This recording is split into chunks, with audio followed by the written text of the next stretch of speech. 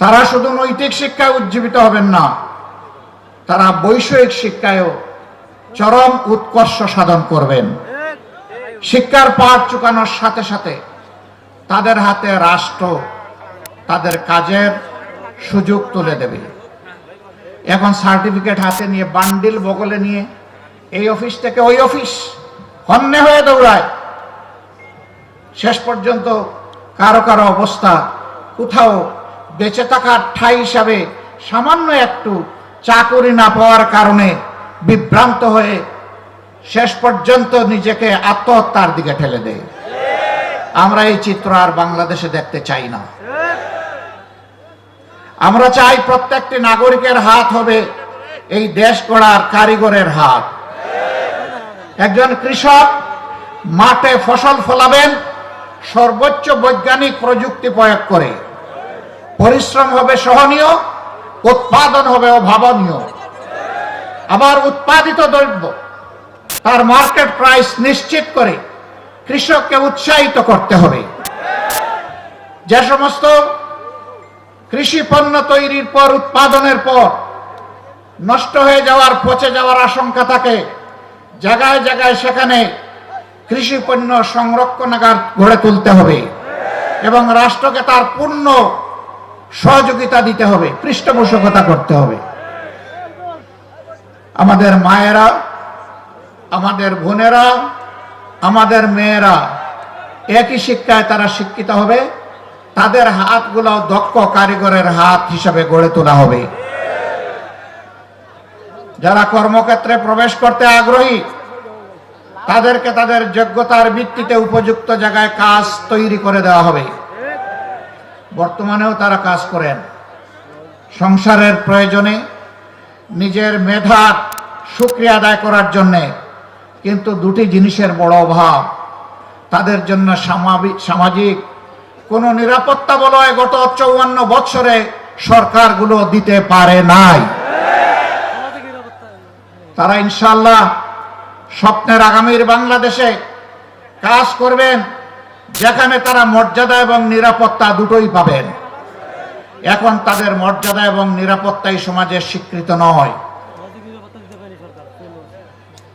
অনেকে বলে জামাতে ইসলামী ক্ষমতায় গেলে মহিলাদেরকে কর্মক্ষেত্রে প্রবেশ করতে দিবে না। এটি সঠিক নয়। আল্লাহ রাসূল সাল্লাল্লাহু আলাইহি সাল্লাম জীবনের সবচেয়ে কঠিন কাজ যুদ্ধে, সেখানেও নিজ স্ত্রীগণ এবং মহিলাদেরকে সুযোগ করে দিয়েছিলেন যুদ্ধ করার জন্য। মহিলারা যদি যোদ্ধা হতে পারে তাহলে সমাজের কোন কাজটা তারা করতে পারবে না? আমি আগেই বলেছি, সম্মানও নিশ্চিত করা হবে, আবার নিরাপত্তাও তাদের জন্য নিশ্চিত করা হবে। এখন ঘর থেকে বের হলে অভিভাবকদের বুক দুরু দুরু করে কাঁপে যে সম্মান আর জীবন নিয়ে আমার মেয়ে, আমার মা, আমার বোন ঘর থেকে বের হয়েছে, একই সম্মান আর নিরাপত্তা নিয়ে আবার সে ঘরে ফিরে আসতে পারবে কিনা।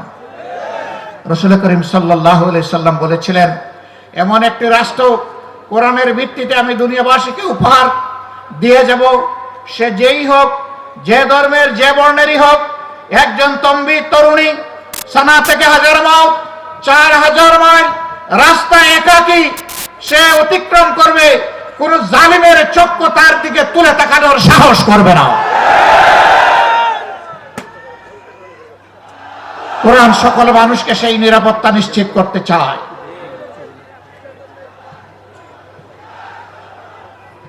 লালমনিরহাট জেলার সম্মানিত ভাই বোনেরা,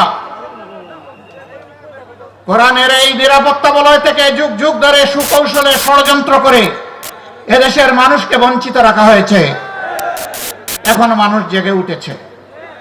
আজকে এখানে বসা অবস্থায় সনাতন ধর্মের একজন ভাই আমাকে একটা স্লিপ দিলেন। তিনি অনুরোধ করলেন, আপনি একটু বলবেন সনাতন ধর্মাবলম্বী আমরা যারা আছি তাদের জন্য যেন নিরাপত্তা আইন পাশ করা হয়। আমি আমার ভাইকে নিশ্চয়তা দিচ্ছি, কথায় নয় কাজে আমরা প্রমাণ করব, নিরাপত্তা সবাইকে দেওয়া হবে ইনশাআল্লাহ। আমাদের অতীত এবং বর্তমান কার্যকলাপ পর্যবেক্ষণ করুন।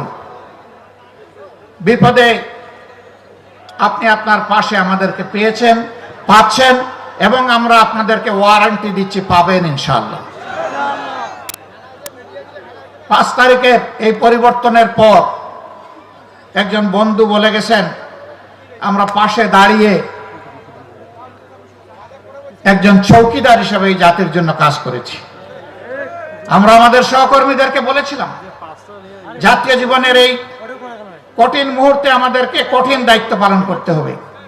জানি ভারী বর্ষা, এও জানি কঠিন রোদ, এও জানি মশামাছি এবং পোকামাকড়ের উপদ্রব, এই কিছুকেই পাত্তা দেওয়া যাবে না।